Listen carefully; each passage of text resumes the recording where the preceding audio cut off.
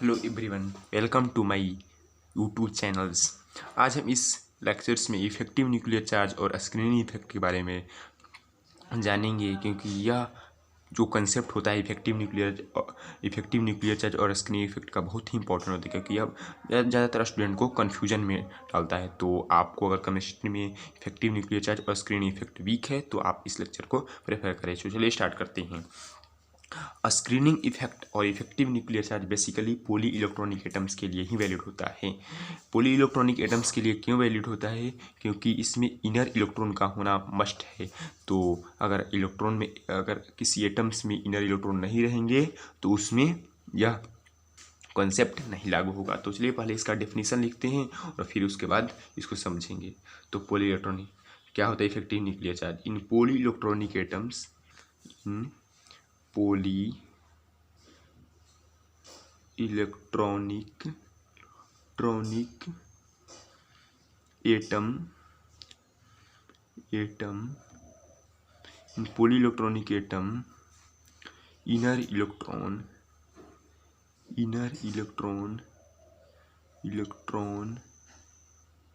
Repel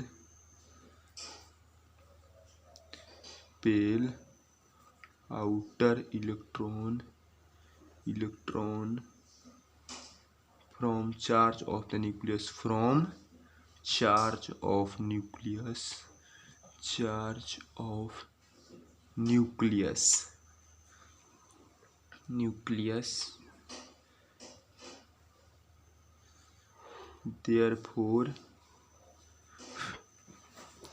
therefore the net charge of the nucleus the net charge of the nucleus decreases.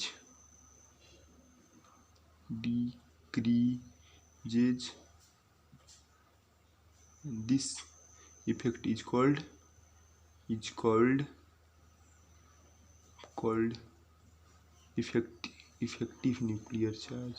effective nuclear charge.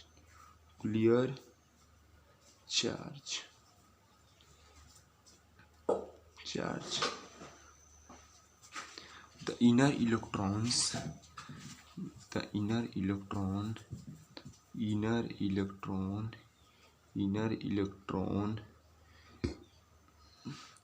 repel outer electron from the charge of the nucleus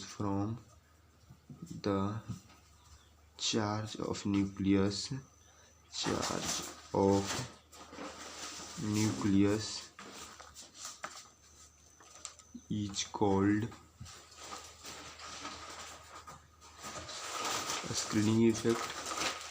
screening effect. अब चलिए समझते हैं इसको। Poly electronic atoms में inner electron होंगे, outer electron होंगे, ठीक।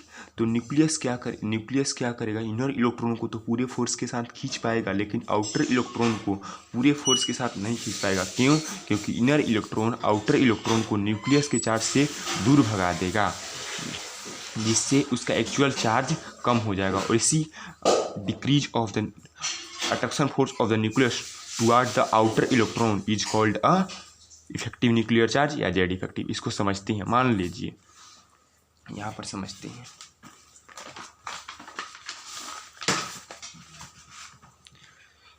ये न्यूक्लियस है, मान लेते हैं कि ये न्यूक्लियस है।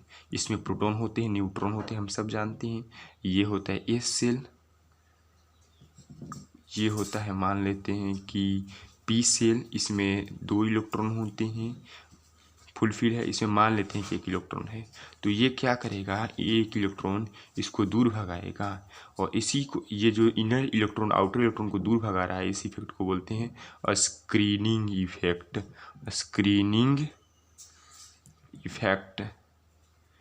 इफेक्ट। और जो इसका फोर्स, इस इनर इलेक्ट्रॉन पर तो पूरा लग रहा है, लेकिन इस आउटर इलेक्ट्रॉन पर पूरा नहीं लग रहा है। तो यह जो डिक्रीज कर रहा है इसका force of the nucleus toward the outer electron is called a effective nuclear charge. समझ गए आप? चलिए इसको समझते हैं डेली लाइफ में। मान लेते हैं कि कोई बड़ा सेलिब्रिटी आया है, उसको देखने के लिए हम चले गए। ठीक, यहाँ पर एग्जाम्पल लेते हैं। यहाँ एक बड़ा सेलिब्रिटी है, खूब बड़ा सा सेलिब्रिटी है।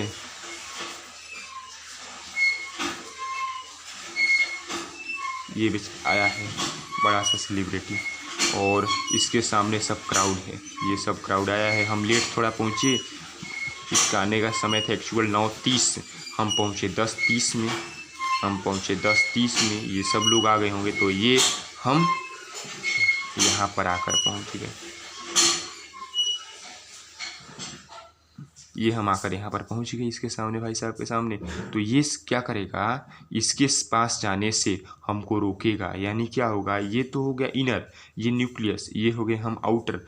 तो क्या करेगा, ये इनर हमको रिपेल कर रहा है इसके पास जाने से, यानी हमको दूर भगा रहा है इसके पास जाने से।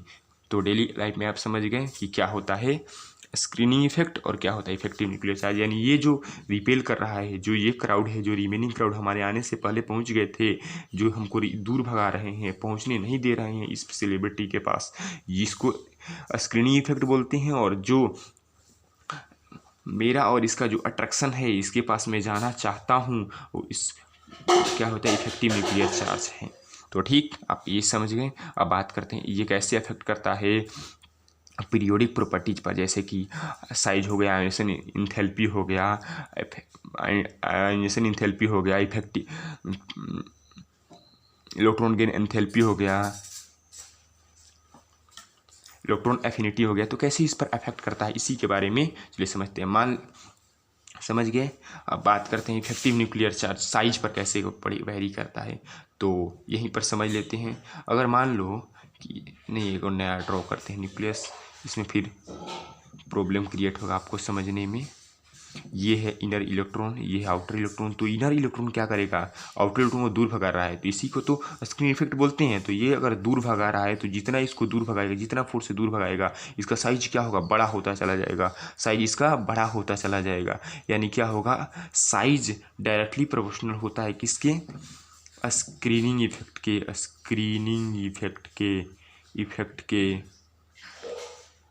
के।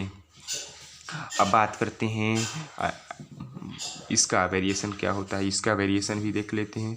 जेड इफेक्टिव का इफेक्टिव, अगर मान लो कि जेड इफेक्टिव ज़्यादा होगा, तो जेड इफेक्टिव ज़्यादा होगा तो क्या होगा, जो वैलेंस इलेक्ट्रॉन होंगे न्यूक्लियस के पास आना चाहेंगे। यानी आना चाहेंगे मतलब क्या होता है, न्यूक्लियस इसको तेजी फोर्स के साथ इसको अपनी तरफ अट्रैक्ट करेगा। यानी अगर अट्रैक्ट करेगा तेजी फोर्स के साथ, तो इसका जो साइज क्या होगा, छोटा हो जाएगा, यानी ये सिकुड़ जाएगा। तो साइज क्या होता है इफेक्टिव न्यूक्लियर चार्ज के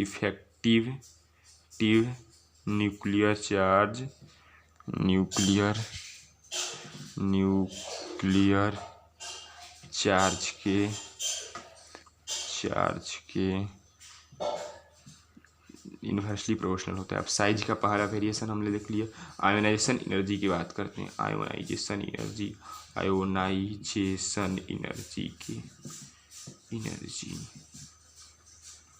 एनर्जी के बारे में। आयोनाइजेशन एनर्जी क्या होते हैं, आइसोलेटेड गैसियस एटम से लूजली बाउंडेड इलेक्ट्रॉन को निकालने के लिए जितनी मिनिमम एनर्जी की रिक्वायरमेंट होती है, उसे आयोनाइजेशन एनर्जी बोलते हैं। तो एक बार फिर से दोबारा रिपीट करता हूँ मैं, आइसोलेटेड गैसियस एटम के लूजली बाउंडेड इलेक्ट्रॉन को निकालने के लिए जितनी मिनिमम एनर्जी की रिक्वायरमेंट होती है, उसे आयोनाइजेशन एनर्जी बोलते हैं। और लूजली बाउंडेड इलेक्ट्रॉन बोले तो वैलेंस इलेक्ट्रॉन क्यों लूजली बाउंड होते हैं भाई, क्योंकि इसलिए होते हैं क्योंकि न्यूक्लियस का उसके जो अट्रैक्शन होता है बहुत कम होता है। ठीक, तो चलिए समझते हैं इसको, आयोनाइजेशन एनर्जी पर क्या फैक्टर अफेक्ट करता है। स्क्रीनिंग इफेक्ट, तो स्क्रीनिंग इफेक्ट का अगर मैं स्क्रीनिंग इफेक्ट क्या करता है, इन्वर्सली होता है। कैसे देखते हैं, इसको भी समझते हैं, इसको भी देखते हैं इफेक्ट। अगर क्या होता है इसका रिपल्सन ज़्यादा होगा तो ये न्यूक्लियस से इसको दूर भगा देगा तो इसका अट्रैक्शन वैलेंस इलेक्ट्रॉन्स और न्यूक्लियस का अट्रैक्शन कम रहेगा तो इसके अट्रैक्शन को तोड़ने के लिए कम एनर्जी की रिक्वायरमेंट होगी और कम एनर्जी में ही हम इसको तोड़ पाएंगे, यानी आयोनिक एनर्जी की रिक्वायरमेंट कम होगी। अब इफेक्टिव न्यूक्लियर चार्ज, यानी इफेक्टिव न्यूक्लियर चार्ज मतलब न्यूक्लियस का वैलेंस इलेक्ट्रॉन्स के अट्रैक्शन ज़्यादा होगा तो एनर्जी की ज़्यादा होगी, यानी जैसे कि अट्रैक्शन तोड़ने के लिए तो ज़्यादा एनर्जी की रिक्वायरमेंट होगी। न्यूक्लियस और वैलेंस इलेक्ट्रॉन के जो अट्रैक्शन होगा, अगर इफेक्टिव न्यूक्लियर चार्ज ज़्यादा होगा तो अट्रैक्शन ज़्यादा होगा और ज़्यादा होगा तो एनर्जी की रिक्वायरमेंट ज़्यादा होगी, यानी इफेक्टिव न्यूक्लियर चार्ज के डायरेक्टली प्रोपोर्शनल होगा। इफेक्टिव न्यूक्लियर चार्ज यहाँ तक हो गया। अब बात करते हैं आगे जो थर्ड प्रॉपर्टी होती है जो अफेक्ट करता है थर्ड प्रॉपर्टी पर, इसका नाम होता है इलेक्ट्रॉन गेन एंथैल्पी या electron gain enthalpy. Electron gain enthalpy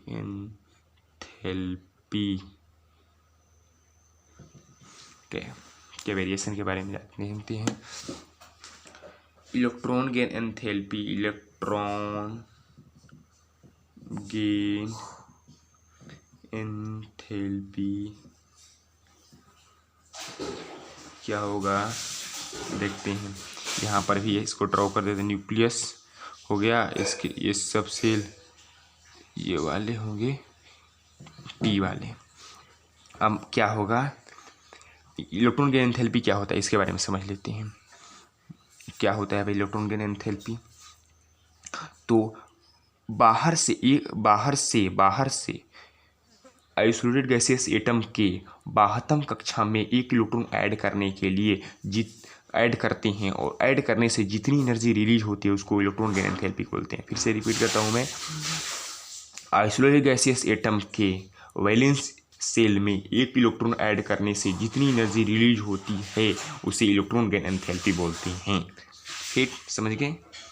अब बात करते हैं क्यों एनर्जी रिलीज होती है। क्योंकि जैसे ही आप बाहर से इलेक्ट्रॉन ऐड कर रहे हैं और रिपल्सन होता है वैलेंस इलेक्ट्रॉन्स और जो आप इलेक्ट्रॉन ऐड कर रहे हैं उन दोनों के बीच जो रिपल्सन होता है उस रिपल्सन के करस्पॉन्डिंग कुछ एनर्जी रिलीज होती है। जैसे कि मान लो कि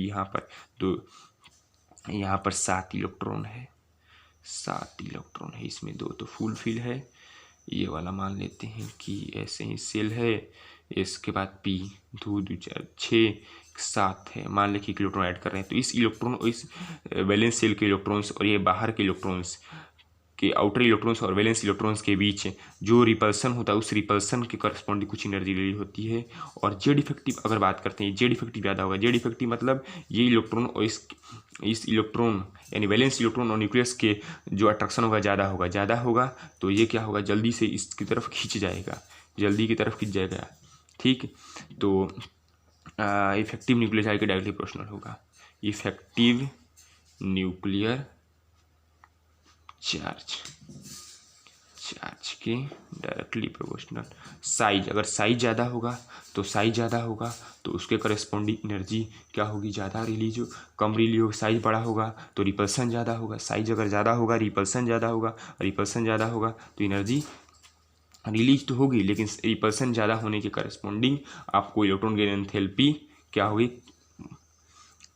इलेक्ट्रॉन गेन एंथैल्पी साइज के इन्वर्सली प्रोपोर्शनल होगा क्योंकि इसमें रिपल्सन होगा। साइज ज़्यादा होगा तो रिपल्सन होने की वजह से electron gain enthalpy inversely proportional होगा। स्क्रीनिंग ज़्यादा होगा तो साइज भी ज़्यादा होगा। इफेक्ट के और साइज ऑफ एटम। ठीक, तो ये अपन ने देखा एनर्जी। आप इस लेक्चर्स में देखें स्क्रीनिंग इफेक्ट और इफेक्टिव न्यूक्लियर चार्ज के बारे में। बहुत इंपॉर्टेंट कॉन्सेप्ट होता है